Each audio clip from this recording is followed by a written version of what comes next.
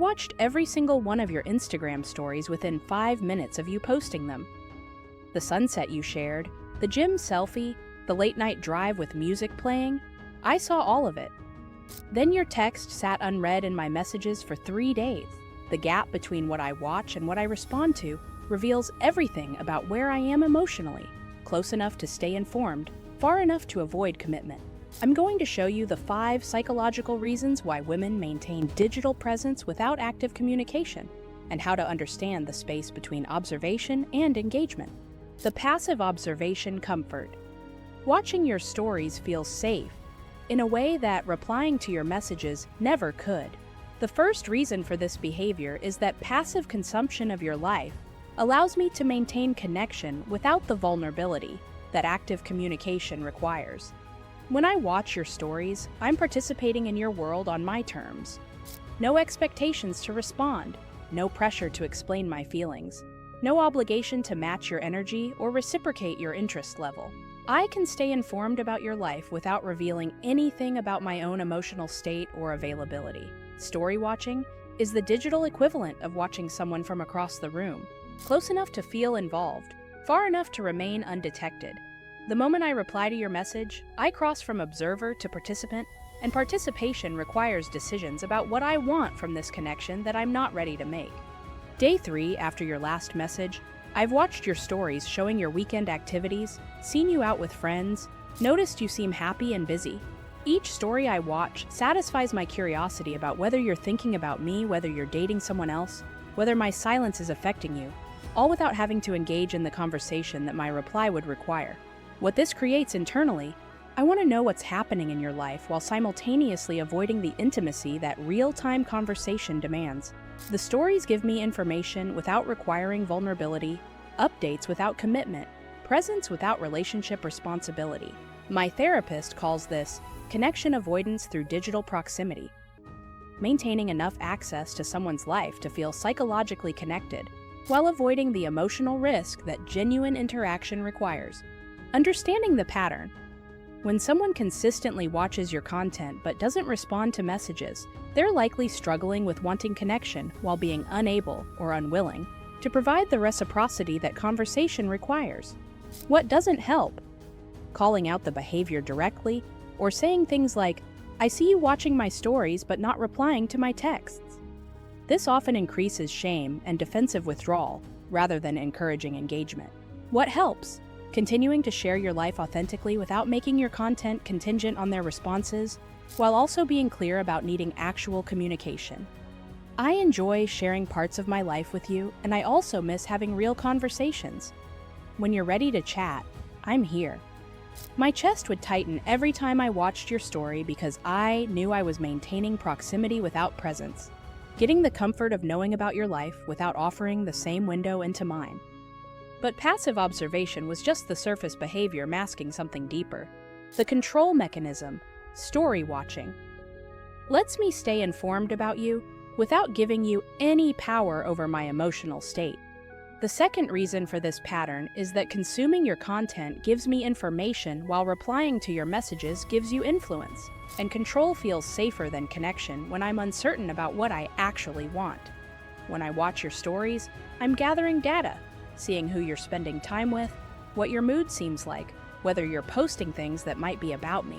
This surveillance gives me the illusion of understanding where you are emotionally without having to expose where I am. The moment I reply to your message, I'm no longer just an observer collecting information. I'm an active participant who can be questioned, challenged, or asked for clarity about my intentions. Message replies require real-time decisions about how much truth to share, how available to be, how interested to appear. Week 2 of watching but not responding. You post a story that seems slightly melancholy, a quote about missing connection, a song about longing. I spend 20 minutes analyzing whether it's about me, whether you're trying to communicate indirectly, whether I should reach out.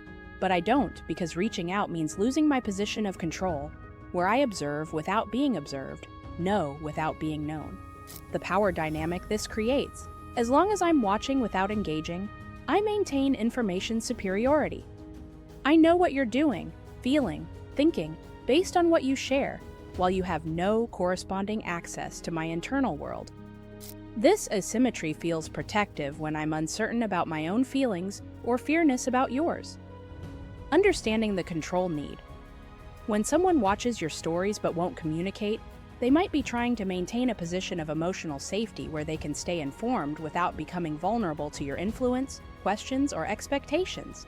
What reinforces this pattern? Making your stories increasingly pointed or obviously directed at her. This confirms that your content is about getting her attention rather than authentically sharing your life, which makes her feel manipulated rather than connected. What challenges the pattern? Living your life authentically and sharing it without agenda.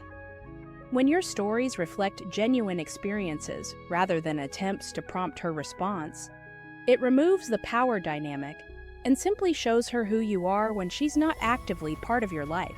My jaw would clench when your stories showed you seeming happy and fulfilled without me, because I wanted to matter to you while simultaneously not wanting to do the work that matters to someone requires.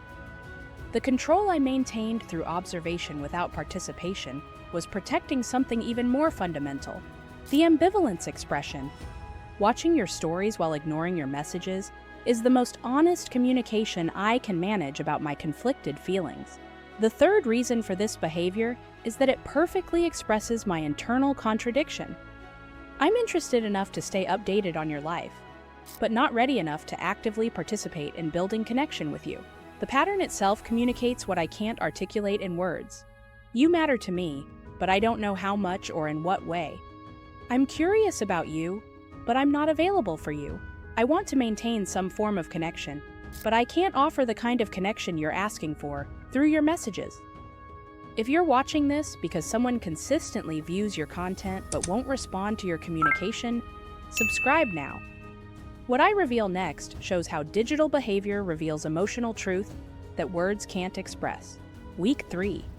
You send a thoughtful message asking how I've been, mentioning something specific we'd talked about before, showing that you remembered details about my life. I read it immediately, feel touched by your attention, spend an hour composing different versions of responses in my head, and then send none of them. The next day, I watch your story about your morning coffee routine. What this pattern reveals: I want you in my life in some capacity, but the capacity I can offer doesn't match what your messages are asking for. You're seeking conversation, connection, mutual sharing. I can only manage the one-sided consumption of watching without the reciprocal vulnerability of participating. The internal conflict this expresses: part of me genuinely enjoys knowing what's happening in your world and feeling connected to your daily life. Another part of me knows that engaging with your messages would require clarity about my feelings and intentions that I simply don't have yet. Understanding the ambivalence communication. When someone maintains this pattern over weeks or months, they're showing you exactly where they are: interested but not invested, curious but not committed, wanting connection without responsibility. What doesn't work?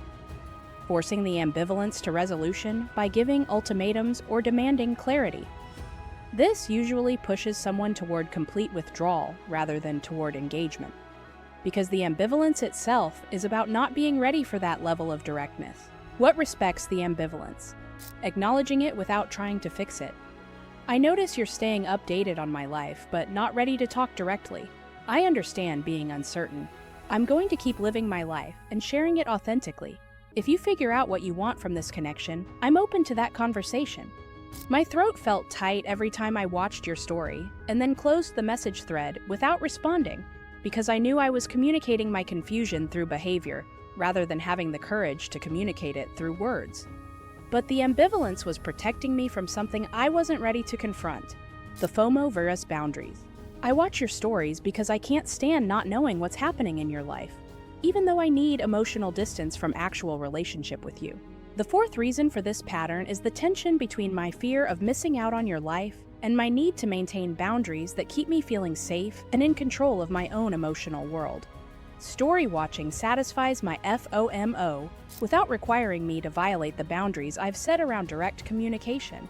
I get to stay informed, see if you're dating anyone else, know what you're doing on Friday nights, track whether you seem happy or sad, without crossing the line into active engagement that would complicate my attempts to move on or maintain distance.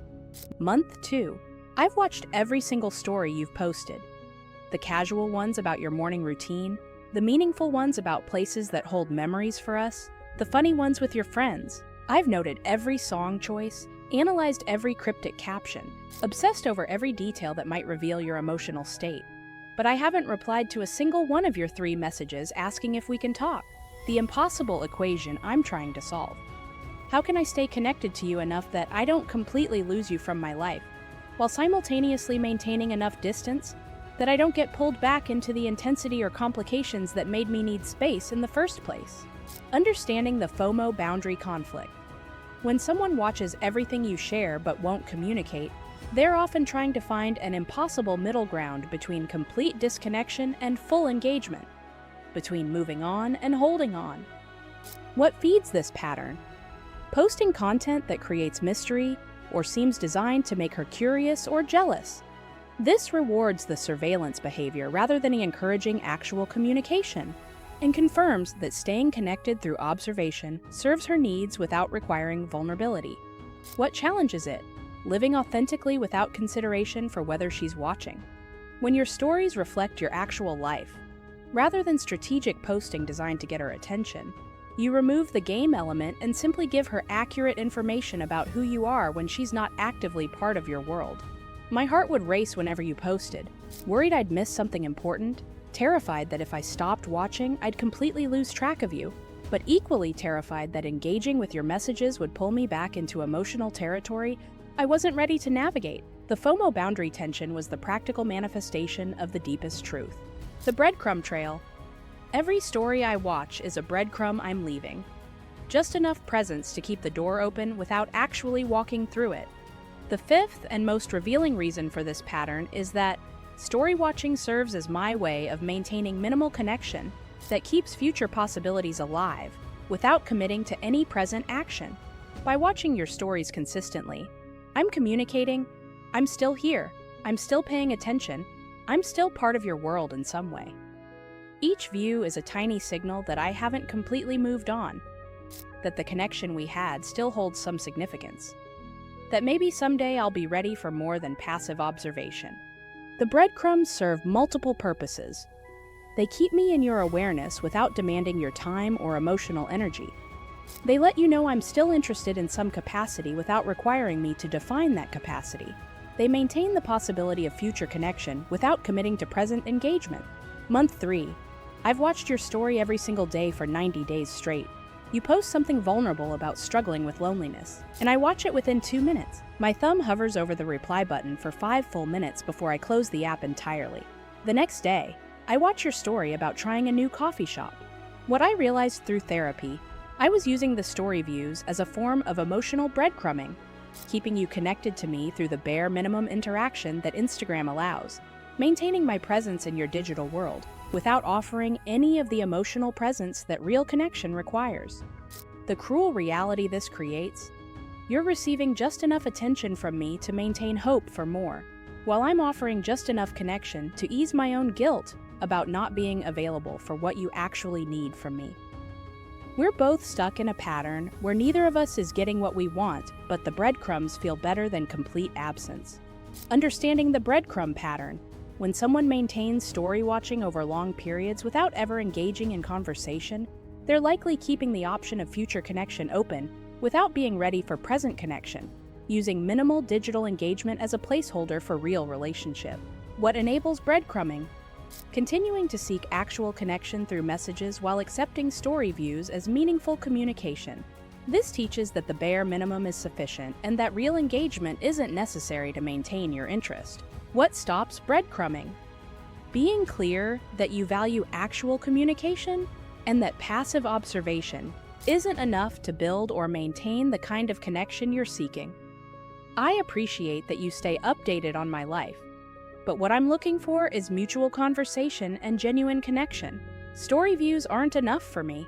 My whole body felt heavy every time I watched your story and then did nothing with the information, because I knew I was maintaining the smallest possible thread of connection while refusing to offer anything substantial enough to actually build on.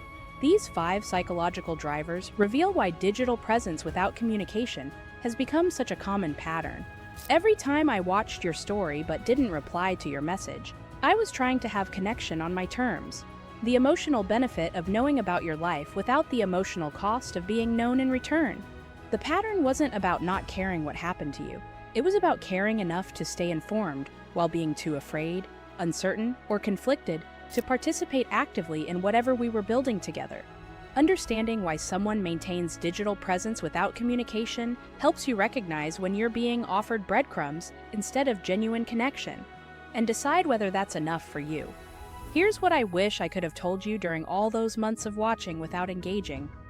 I'm not ready to talk to you directly, but I'm not ready to completely let go of you either. Watching your stories is the only form of connection I can manage right now. And I know that's not fair to either of us. The watching without responding pattern reveals someone who is stuck between wanting connection and being ready for it, between fearing loss and fearing intimacy, between holding on and letting go. Do I regret maintaining that pattern instead of being honest about my limitations? Yes, because it kept both of us in an undefined space that prevented either of us from making clear choices about what we actually wanted and needed. Do I understand why I needed that form of low-commitment connection? Finally, and understanding it has helped me recognize when I'm ready for real engagement versus when I'm just trying to maintain the illusion of connection without doing the work. Would I encourage someone to accept story watching as meaningful connection? No, because real relationships require mutual vulnerability and active communication, not one-sided surveillance and passive observation. If someone is currently watching your stories but won't respond to your messages, maybe they're not playing games with you.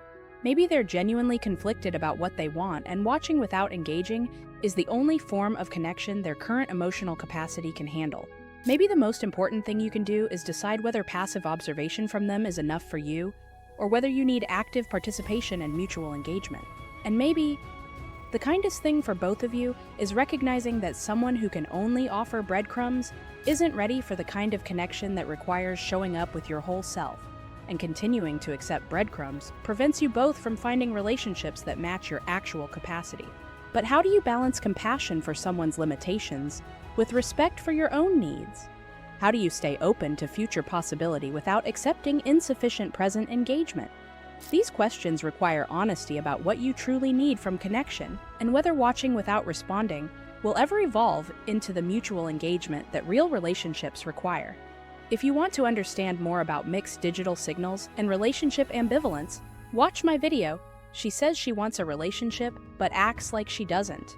That video will show you exactly how to recognize when someone's behavior contradicts their words, and why trusting actions over aspirations protects you from investing in potential rather than reality. Black screen with text.